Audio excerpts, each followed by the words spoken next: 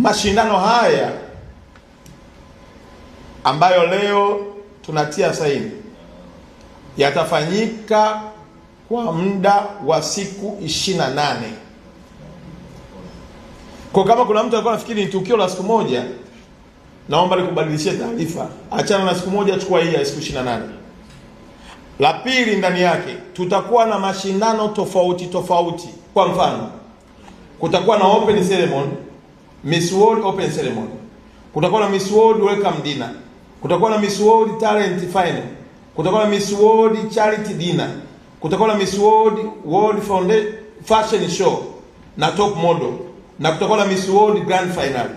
Kwa hiyo kwa maana nyingine kutakuwa na series of events ambazo zitafanyika ndani ya siku 20 ngapi?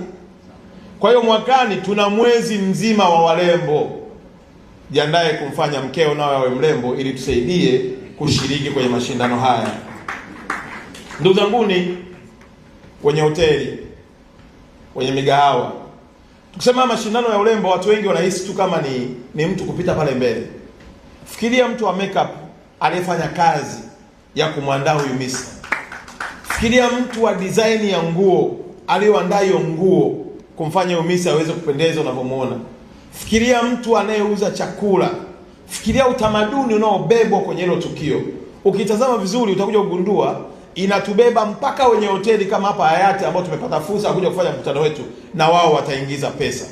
Kwa hiyo Daktari Samia anayawaza maono makubwa ya kumtengenezea kila Mtanzania fursa ya kutengeneza kipato bila kujali.